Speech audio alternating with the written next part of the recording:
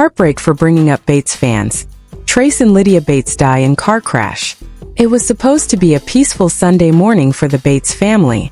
The hills of East Tennessee glowed in soft golden light, dew sparkling on the fields that surrounded their long, familiar home. Inside, Kelly Jo moved quietly through the kitchen, her hair tied back, humming a hymn that had filled their mornings for years. On the wooden counter, she laid out breakfast for everyone: pancakes, syrup, and the smell of freshly brewed coffee. Gil sat by the window, reading his Bible like he did every morning, his glasses slipping slightly down his nose. Around him, the younger Bates children were already stirring, voices echoing through the hallways, the sound of laughter, running feet, and the occasional crash of a dropped toy. It was the kind of morning that made them thankful, the kind of morning that felt safe. No one could have known that within a few hours, the family's entire world would collapse. Lydia and Trace had left early. They were on their way to Knoxville, a familiar route, one they'd driven hundreds of times before.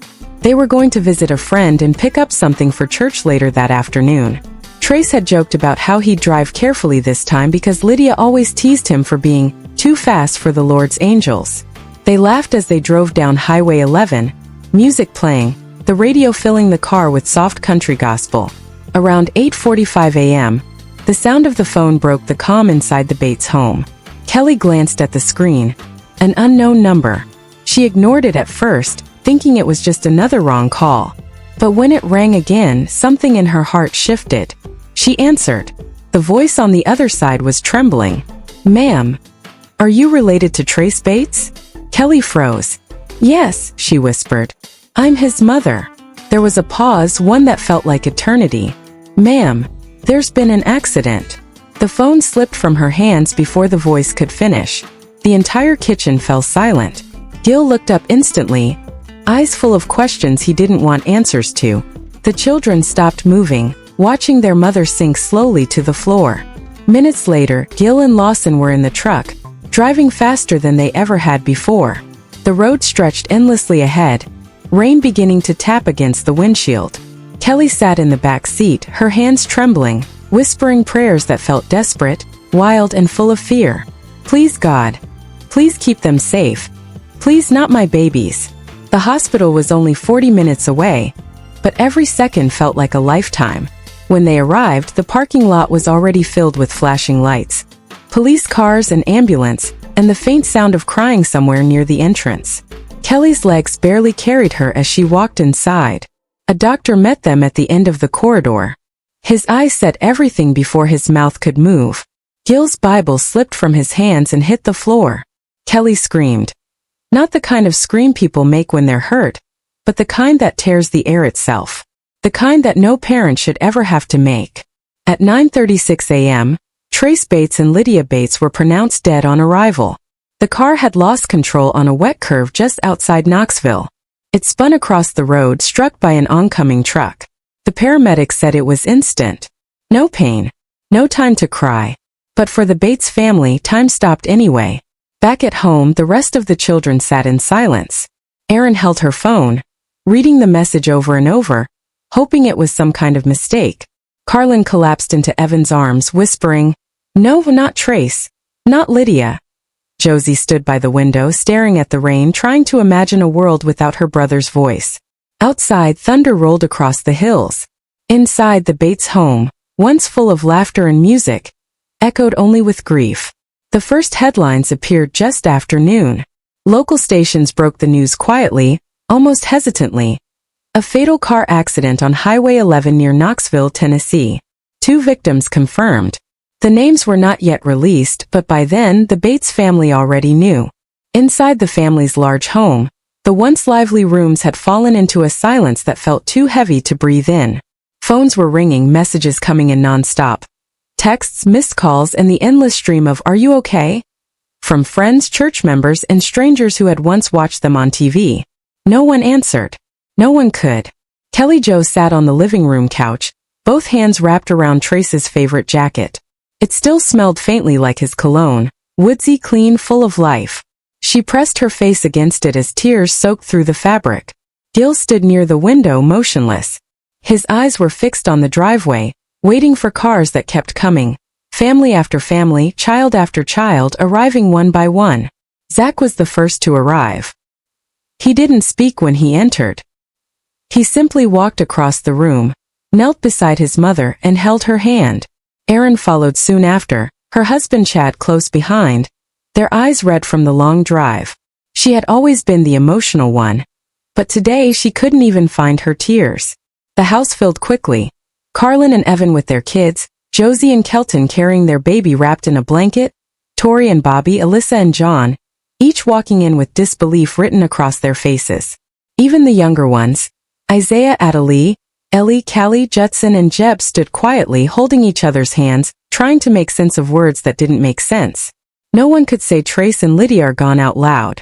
Every time someone tried, the words broke halfway, swallowed by sobs.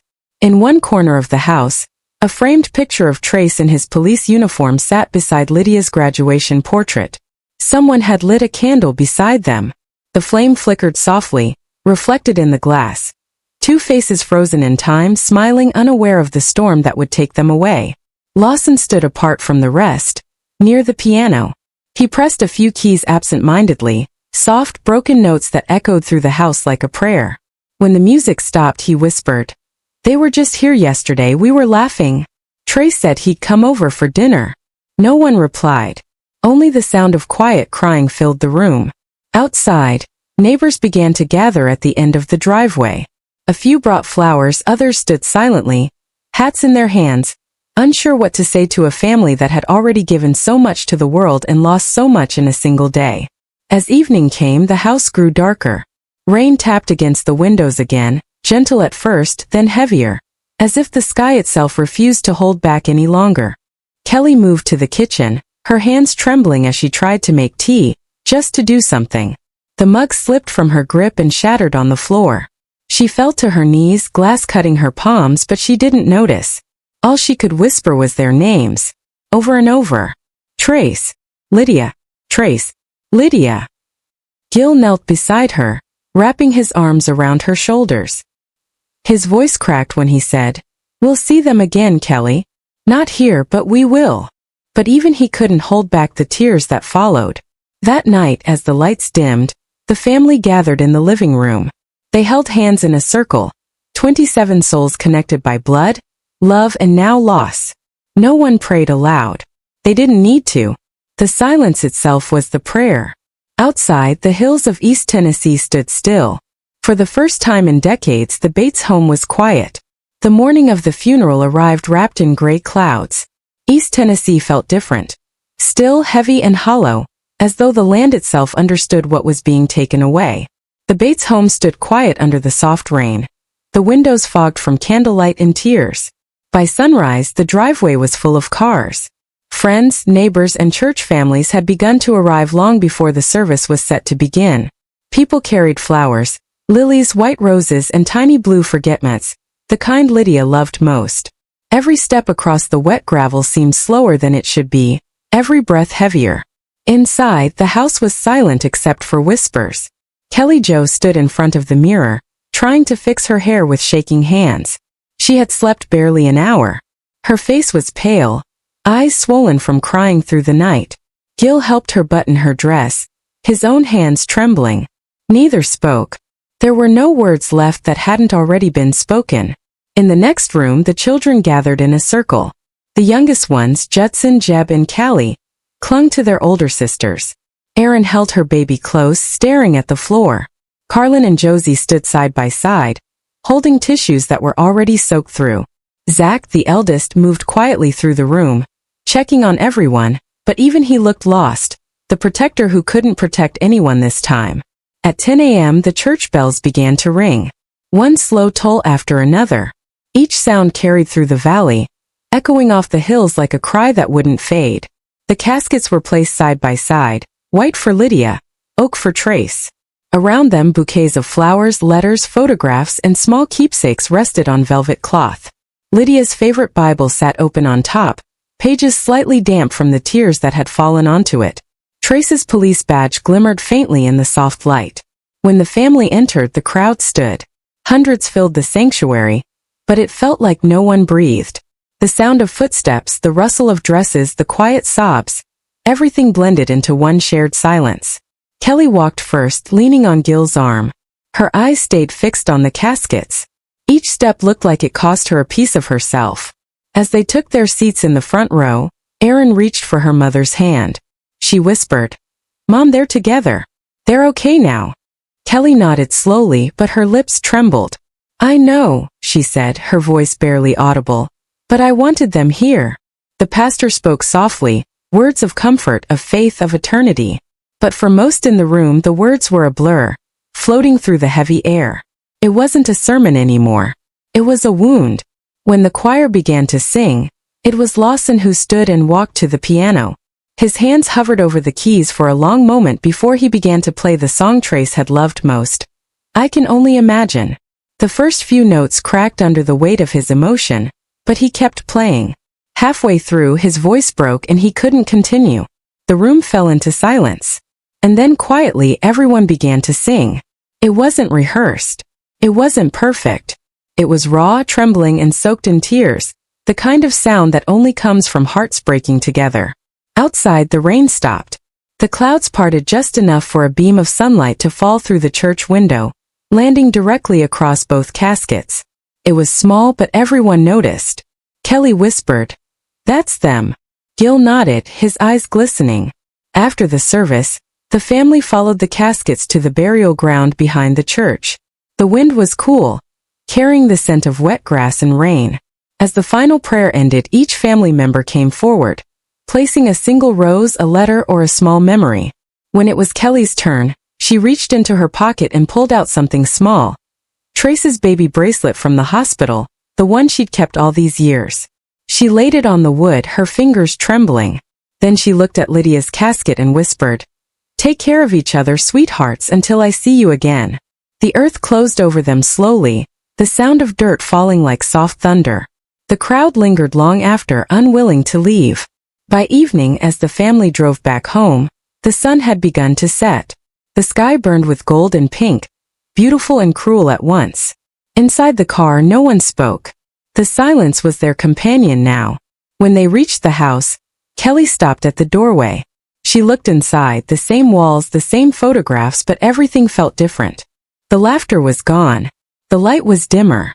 "Still," she whispered, "we'll keep your room the same, just the way you left it." And as night fell over East Tennessee once more, a single light stayed on in the Bates home, the one in Trace's room. Kelly couldn't bring herself to turn it off. Weeks passed, but inside the Bates home, time seemed to have stopped. The laughter that once filled every corner had turned into echoes, faint, distant, like a memory fading too fast. The walls still held the sound of Trace's guitar, the echo of Lydia's footsteps running down the hallway. But now they were just shadows. Every morning, Kelly woke up before dawn, just as she always had. But instead of the smell of pancakes and the noise of children, there was silence. She would walk to the kitchen, pour herself a cup of coffee, and sit by the window, staring at the fog that rolled over the fields. Her hands shook slightly as she held the cup. Every sunrise looked the same, beautiful, cruel, and unwanted. Gil tried to stay strong.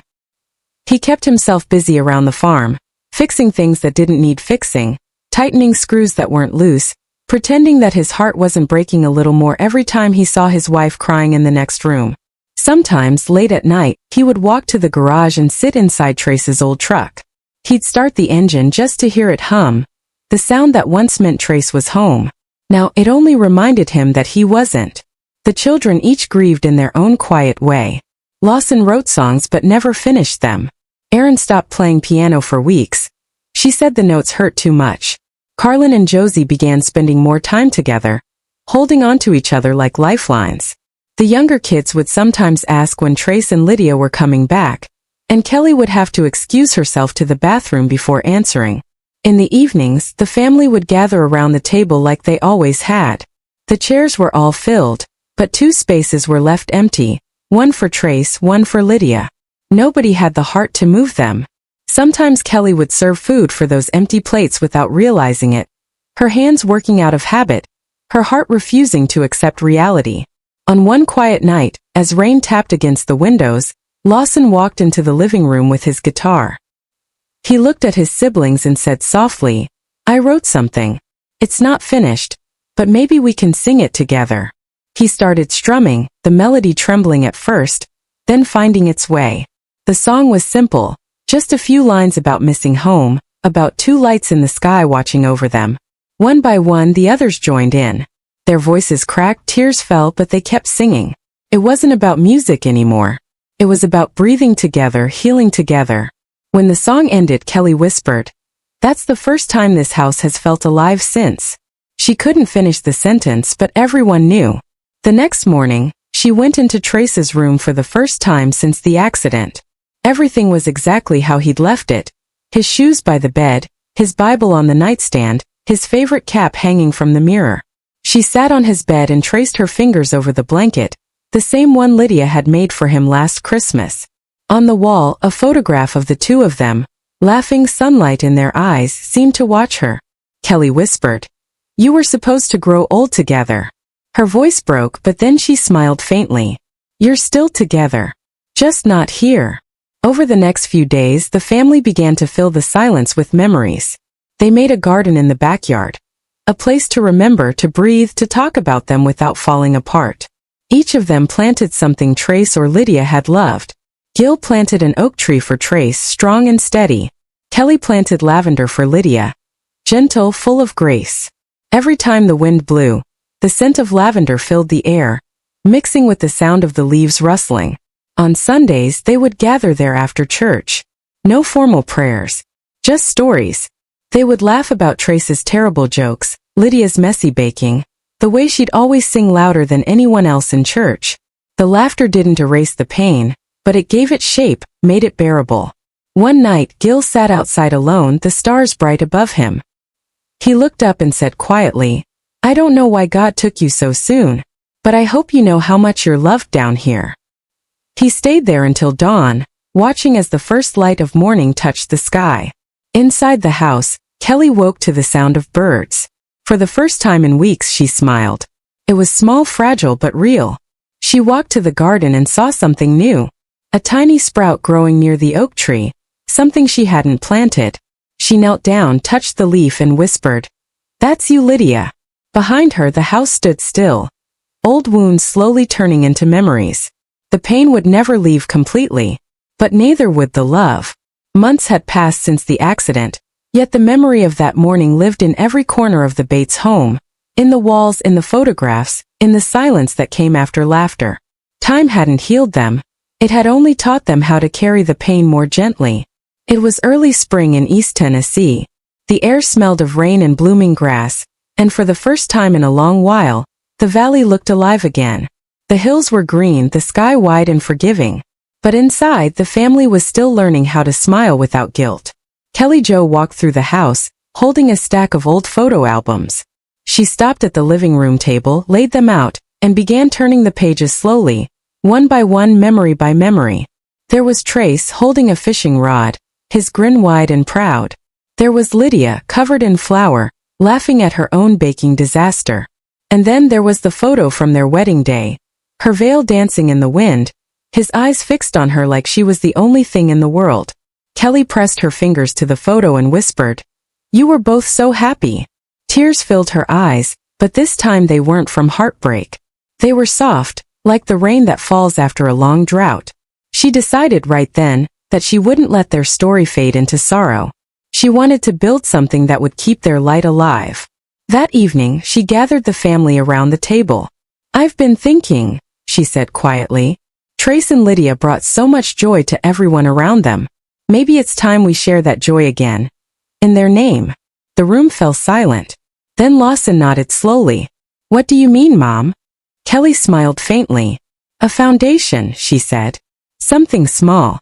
We could help families who've lost loved ones. Help them the way people helped us." Gil looked at her, his eyes softening for the first time in months. "That sounds like them," he said. "That's exactly who they were." And so it began. They called it the Trace and Lydia Hope Foundation. A small act of love born out of grief, meant to remind others that light can still live in darkness. The first event they held was on a quiet Saturday afternoon in the same church where the funeral had been. But this time the air was different, not heavy but full of warmth. Children ran across the grass, Families gathered under white tents, and the sound of music floated through the air. Lawson performed one of his new songs, the one he'd started the night they sang together at home. It was finished now. It wasn't a song of loss anymore. It was a song of love, of faith, of remembering. Kelly watched from the crowd, her hands clasped together. For the first time she didn't cry. She smiled. When the song ended, she looked up at the sky. The sun was setting, painting the clouds with shades of orange and gold. For a brief moment she saw something, two birds flying side by side, cutting through the light. She closed her eyes and whispered, "I see you." That night, the family returned home tired but peaceful. The house no longer felt haunted. It felt full again, like love had finally found its way back through the cracks. In Trace's room, the lamp was still there, the one Kelly could never bring herself to turn off. But as she stood there, she reached for the switch. For a moment, her hand hesitated. Then she smiled softly and whispered, "Good night, sweetheart. You can rest now." She turned off the light. The room fell into darkness, but outside, the stars shone brighter than they had in months. And from that night on, the Bates family began to live again. Not without Trace and Lydia, but with them. In every prayer, every laugh, every sunrise. They were still there, just in a different kind of home. A year had passed since that morning. A year since the sun rose over East Tennessee and the Bates family lost two of their brightest lights. The hills were alive again, green and vibrant, but the house still carried whispers of memories. Each room told a story. Every photograph, every memento, seemed to hold its breath, waiting to remind the family that Trace and Lydia were never truly gone. It was early morning on the anniversary. Kelly Jo rose before the children as she always did, her heart heavy but her resolve stronger. She moved quietly to the kitchen and brewed coffee. Then she poured a cup, not for herself but for them, two small mugs set at the counter. One for Trace, one for Lydia. Gil entered the room silently, leaning against the doorframe. He didn't speak. He just nodded. The gesture said everything, grief shared yet survived. The family gathered in the backyard, where the garden they had planted in memory of Trace and Lydia had grown. The oak tree stood tall and proud, its branches stretching toward the sky. Lavender bloomed, fragrant and gentle, and small flowers dotted the ground. Gifts from neighbors, friends, and strangers who had come to honor their memory. Lawson took his guitar and strummed the first notes of a song he had written over the years, soft, tentative, but filled with hope. One by one, the siblings joined in. Erin hummed, Carlin whispered the lyrics to herself, Josie held her baby close, and even the youngest children sang, their voices trembling but unbroken. It was a song about love that never dies, about memories that linger, about two souls who still walked with them, unseen but felt. Afterward, Kelly Jo knelt by the oak tree, placing two small stones at its base, one engraved with Trace's initials, the other with Lydia's. She traced their names with her fingers and whispered, "You are still here. We feel you. We see you." At that moment, a gentle breeze swept through the garden. The lavender swayed, the leaves rustled, and the wind carried the faintest sound of laughter, the kind Lydia had made when she teased Trace, and the low, joyful chuckle that had always belonged to him. The children looked up, eyes wide. "I think it's them," Lawson said softly. Kelly smiled through her tears. "Yes," she whispered. "Always with us." Later that day, the family visited the cemetery. The caskets were still covered in flowers, letters, and keepsakes from the year gone by. They stood together holding hands and each left something. A flower, a written memory, a simple whispered word of love. Zach spoke for the first time since morning. "I don't know how we made it through," he said, his voice breaking, "but we did. Because they gave us each other. That's what keeps them alive." The day faded into evening. At home, the Bates family sat in the living room. A soft glow from the fireplace reflected on the walls. Kelly Jo looked around at her children, their faces weary but alive, their eyes still carrying the echoes of Trace and Lydia, their hearts slowly mending. Gil placed a hand on her shoulder. "They would be proud of us," he said. Kelly nodded. "We'll keep living. We'll keep laughing. We'll keep remembering." Outside, the stars appeared one by one in the night sky. And somewhere in the quiet, the family felt a warmth. A gentle reminder that Trace and Lydia's love had never left them. The wind whispered through the trees again. And for the first time in a year, the house felt full of memory, full of love, full of life. It had been a quiet evening in the Bates home. The family had gathered in the living room, the faint smell of lavender from the garden drifting in through open windows. Children played quietly with soft laughter, the kind that reminded everyone that life was moving forward. Slowly, painfully, but steadily. Kelly Jo sat on the couch, a blanket over her knees, holding a photo album open to the page with Trace and Lydia smiling at the camera. She traced their faces with trembling fingers, whispering their names. Trace. Lydia. I miss you both so much. Gil sat beside her, his hand finding hers. They're here, Kelly. I can feel them. Always with us. Suddenly, the youngest children, Judson and Jeb, ran to the window, pointing excitedly. Look! Judson shouted. Outside, the sky was a deep orange and pink, the kind of sunset that makes the world seem magical. And there above the garden, 2 white butterflies fluttered together, circling the oak tree and the lavender bushes. Carlin gasped. They're together. Josie whispered. It's them. It has to be them. The butterflies danced around the garden, as if leading the family to remember the joy and love Trace and Lydia had always brought. No one spoke, only tears flowed freely. Lawson picked up his guitar softly and began strumming a melody he had written over the past year. A song of hope, memory, and love. The family gathered near the window, holding hands as the butterflies hovered, circling once more before disappearing into the horizon. Kelly's tears fell freely, but she smiled through them. It's a sign, she whispered. They're telling us to keep going, to keep living. The children nodded, some wiping their eyes, others staring in awe at the fading sunlight. For the first time in so long, grief felt lighter, not gone but softened by the knowledge that Trace and Lydia were near, watching, guiding, loving. Later that night, the family stood together in the backyard, looking up at the stars. Each one seemed brighter, more alive than ever before. Gil whispered a prayer for strength, for hope, for the courage to continue living fully in the memory of those they had lost. Kelly held his hand, and then the children gathered around them. It was quiet, peaceful, filled with a sense of unity that only comes from surviving unimaginable pain together. And in that moment they felt it, an invisible embrace, wrapping each one of them, reminding them that Trace and Lydia's love had never left. It was in the laughter of the children, in the whisper of the wind, in the flutter of 2 white butterflies long gone but forever remembered. The house was no longer silent. It was full of memory, full of hope, full of love that even death could not take away. As they went inside to prepare for bed, Kelly whispered one last thing into the night air. We'll make you proud, Trace. Lydia. Always. And for the first time in a long while, everyone believed it. It had been more than a year since that fateful morning, the morning that changed everything. The hills of East Tennessee rolled quietly under a golden sunrise, the air soft and filled with the scent of blooming lavender from the garden that Kelly had lovingly tended in memory of Lydia. The oak tree stood tall, its branches reaching toward the heavens, the same tree that had held countless whispered prayers, tears, and memories. Inside, the Bates home was alive again, but differently.